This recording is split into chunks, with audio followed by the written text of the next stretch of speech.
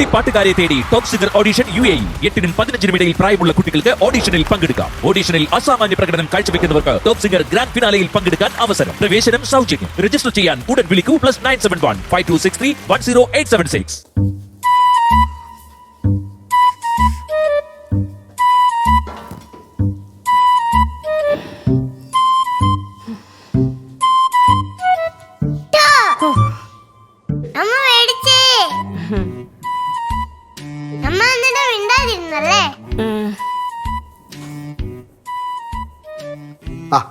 നീ വന്നാ എന്ത് ഒന്നുമില്ല.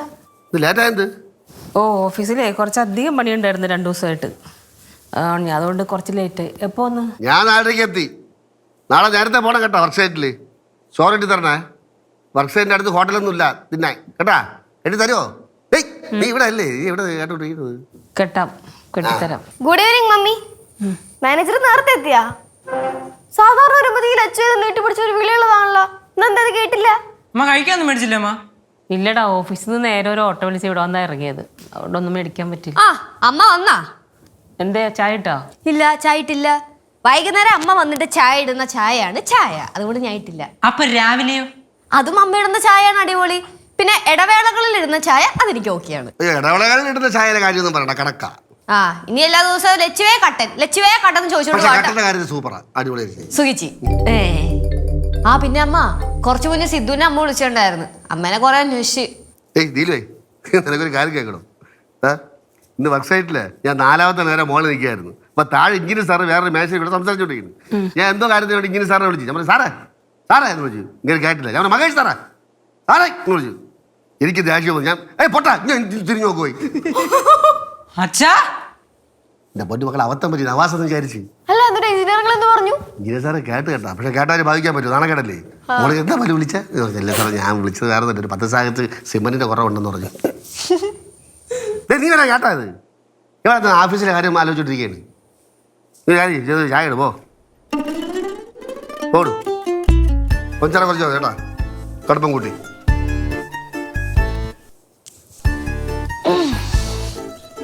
സഹായിക്കണോ? വേണ്ട.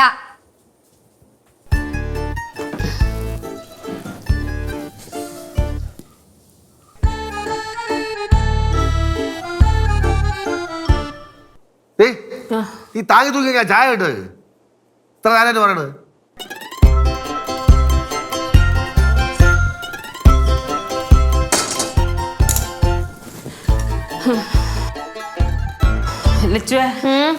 പാറുവെല്ലാം കഴിച്ചായിരുന്നോ? ചോറ് കഴിച്ചാ?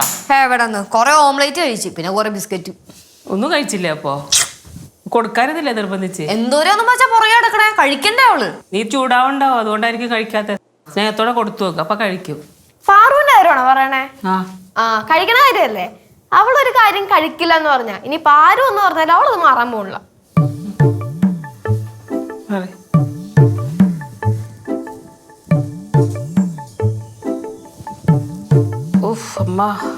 എന്തു പറ്റി?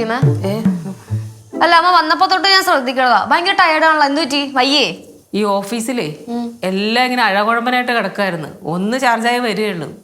ആ സമയത്ത് നമ്മൾ ഒപ്പം പിടിച്ചില്ലെങ്കിൽ എല്ലാം അങ്ങ് പോവും. അതുകൊണ്ട് നല്ല ജോലിയാ. ചർച്ച ചെയ്തോണ്ടിരിക്കുകയാണ്. ചായ ഇട്ടില്ലേ ഇതുവരെ? ഇത് ചായ തരാ വച്ചേക്കാണ്. നിന്റെ കയ്യിൽ ചായ വാങ്ങിച്ചു കുടിച്ചാൽ വൈദ്യുതി ഒരു ഉഷാറാണ്. അതുകൊണ്ടാണ് പറയണത് പെട്ടെന്ന് ചായ ഇടാൻ. നീ പാലെടുത്തിട്ട് വന്നേ. അമ്മ സത്യം പറഞ്ഞാലേ ഈ ആൾക്കാർ എന്തോരം ചായ കുടിക്കുന്നേ. രാവിലെ ചായ, രാത്രി ചായ, ഉച്ചക്ക് ചായ, വൈകുന്നേരം ചായ, ഇടയിൽ ഫുള്ള് ചായ. ശരിക്കും പറഞ്ഞിട്ടല്ല, ഒരു ദിവസം 2 നേരത്തിൽ കൂടുതൽ ചായ കുടിക്കാൻ പാടില്ല എന്ന്. എന്നൊക്കെ പറഞ്ഞാലും ചായ മാത്രം ആർക്കും ഒഴിവാക്കാൻ പറ്റൂല അല്ലേ? നമ്മളവിടെ നമ്മളെ നാട്ടിൽ നെയ്യാറ്റിക്കരയില്ലേ, നമ്മളെ വീട്ടിൽ താഴെ കലുങ്കുണ്ട്. അവിടെ ചെറിയൊരു ചായക്കടയുണ്ട്. ചെറിയ ചായക്കട.